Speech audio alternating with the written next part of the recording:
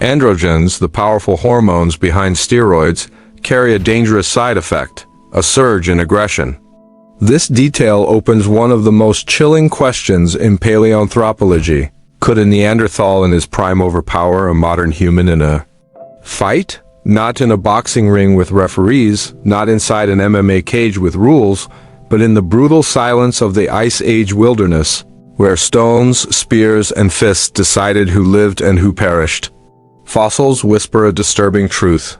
Neanderthals were not fragile cavemen as once imagined, but colossal powerhouses of muscle and bone, carrying nearly twice the strength of a modern human. Their arms were forged through endless combat with mammoths and bears, their skulls thick enough to withstand blows that would leave us unconscious, their reflexes as sharp as predators stalking prey. They were not simply strong, they were engineered by evolution to be lethal. But here lies the riddle. If they were so physically dominant, why are we the ones still here and not them? The story that follows will unravel secrets hidden in their bones, their genes, and their way of life, secrets that reveal just how terrifyingly superhuman these ancient warriors truly were. And the most shocking part, I haven't even told you yet. Stay with me. The first step in unraveling the mystery of Neanderthal strength is to look at their bodies with a scientist's eye but a storyteller's heart. Because every bone, every ridge, and every scar preserved in fossilized remains speaks of a creature that was both human and something more, something forged by a harsher, deadlier world. Their skeletons alone tell a chilling tale, thicker, denser, and more resilient than ours, bones that could bear impacts which would shatter the delicate frame of modern man. These were not fragile cavemen, but walking fortresses of flesh and stone, their bodies engineered by nature to resist the violence of a world filled with mammoths, cave bears, and rival predators. Neanderthals carried chests that flared wide, shoulders built like battering rams, and arms with muscle attachment sites so pronounced that even after tens of thousands of years, the fossils still reveal how much raw power once clung to them.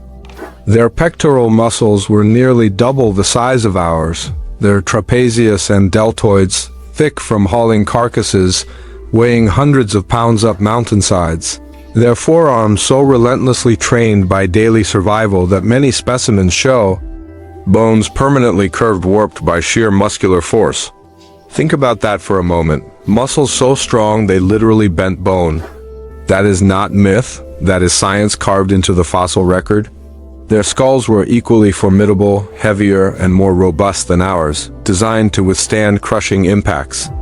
While a modern boxer's jaw might shatter from a single well-placed punch, a Neanderthal's thick cranial vault and reinforced face could absorb punishment again and again, buying them the seconds needed to strike back. Even their necks tell. A story, thick cords of muscle anchored to keep their heavy heads steady, making it nearly impossible to lock them in a chokehold or wrench them down in grappling combat. Add to this their biomechanical edge, wider hips, lower centers of gravity, and pelvises built for stability. In a contest of brute force, leverage, and balance, the Neanderthal had every advantage. Now imagine pairing this physique with their unique hormonal profile. Studies of ancient remains suggest they carried an androgenic condition unlike anything seen in modern humans, a natural surge of male hormones that made them leaner, more aggressive, more muscular, and more explosive. It was as if nature had given them what modern athletes illegally chase through steroids and enhancers. Except for Neanderthals, it was simply the baseline of existence. So here we face a troubling comparison. While a modern human might train for years, pushing the body with weights, nutrition, and supplements, a Neanderthal lived every day as if it were extreme training, hunting, butchering, hauling, fighting, climbing, surviving, and as a result carried a natural physique that no gym could replicate. Yet the most startling revelation is still to come, because strength alone does not make a predator supreme. What scientists have discovered in their genetic code adds another layer to this mystery, one that reveals the Neanderthals were not just physically gifted, but genetically tuned for power sports in a way modern humans are not. I will tell you more about that genetic secret in the next chapter. For now, let this image sink in.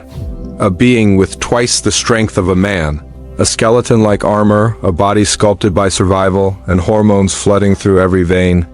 This was the Neanderthal, and if you think you've heard the most shocking part already, you're wrong. The true story of their terrifying power is only just beginning. Stay tuned.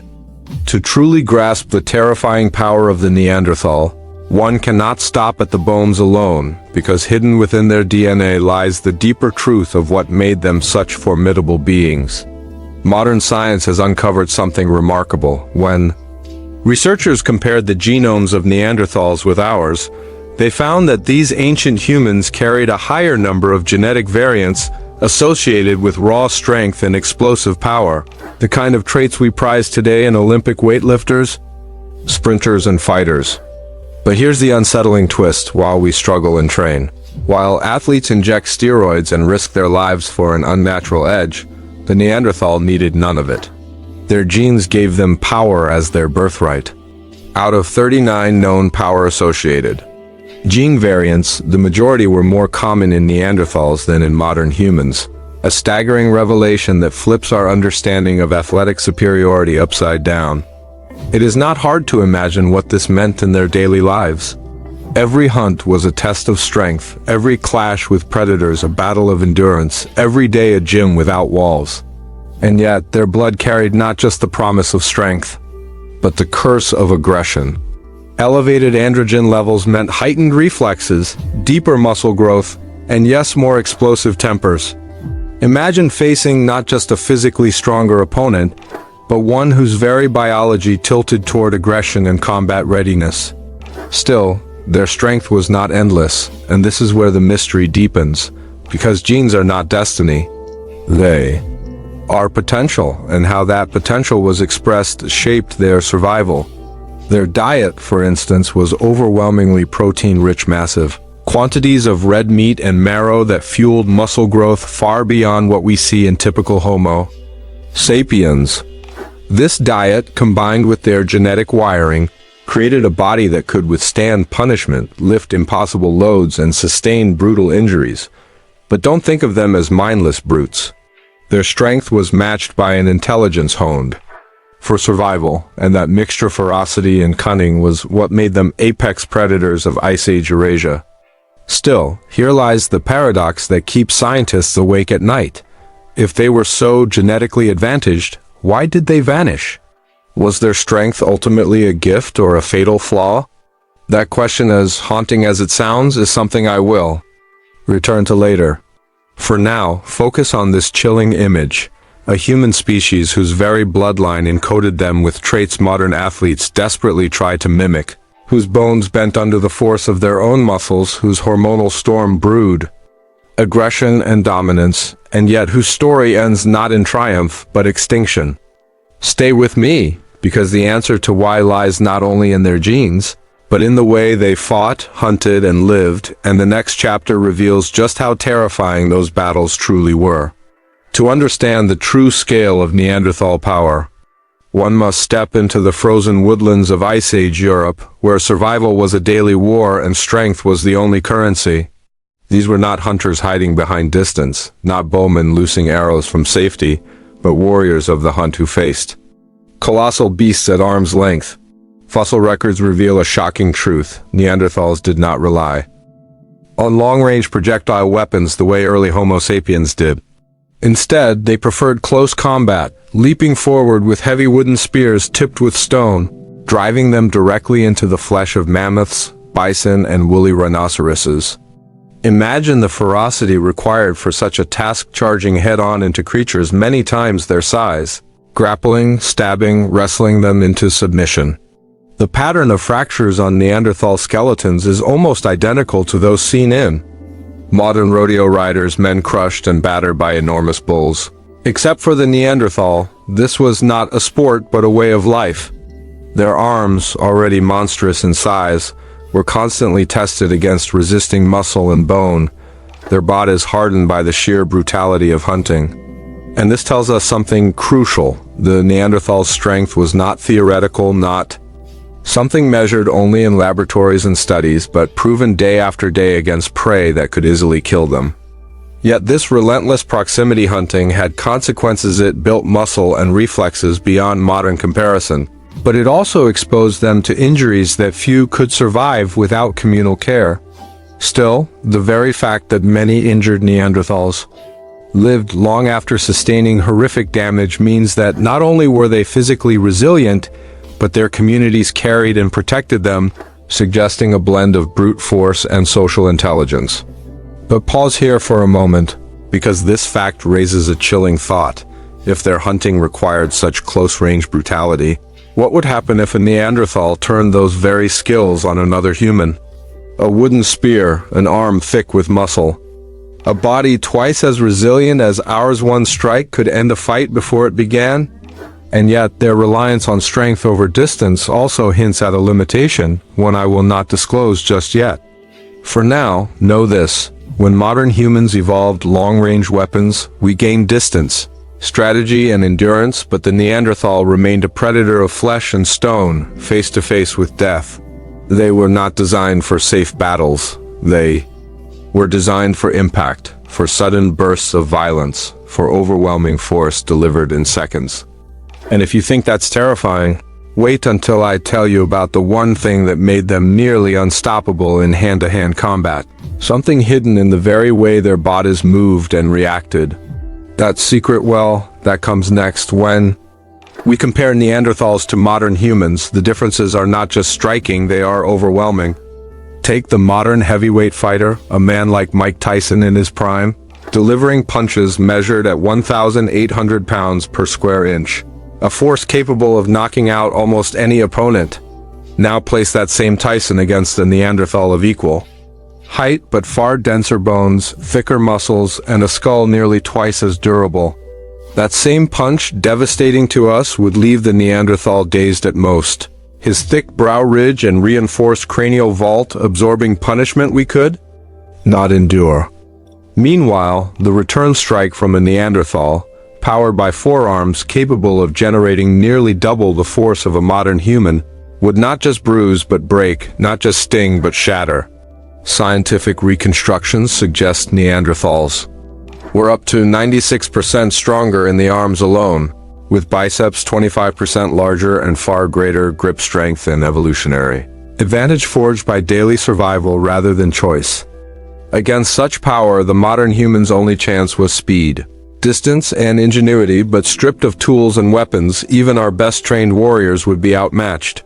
This imbalance is unsettling, and yet it hides an even deeper mystery. If Neanderthals were so unstoppable, why are they gone and we remain? That I'll reveal, so here we stand, looking back at a species that should have ruled the Ice Age, the Neanderthal, a titan of flesh, bone, and blood, stronger than us, more resilient than us, genetically wired to dominate in close combat. And yet, it is we who survived, not them. Why? The answer is not strength, but strategy. Neanderthals thrived in face-to-face hunting, relying on sudden bursts of violence, but modern humans mastered distance spears that flew across valleys, arrows that pierced from safety, traps that killed without risk. Where Neanderthals fought with muscle, we fought with planning. Where they relied on power, we relied on endurance. Over time, brains overcame brawn. And yet, dismissing them as brutes would be a mistake, because they were not failures of evolution. They were survivors for over 300,000 years, longer than our own species has yet existed. They buried their dead, cared for the injured, and adapted to climates that would freeze us in days. Their extinction was not a simple story of weakness, but of shifting environments, interbreeding with Homo sapiens, and perhaps even being absorbed into us.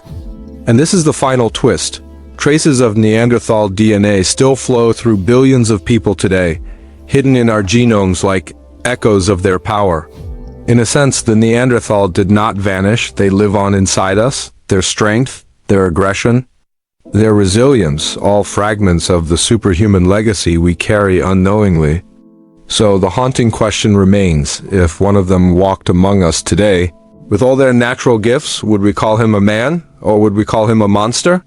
The answer may never come, but one thing is certain, our story is not separate from Theirs, it is the same story, bound together by survival, and the shadow of their strength still lingers in us all.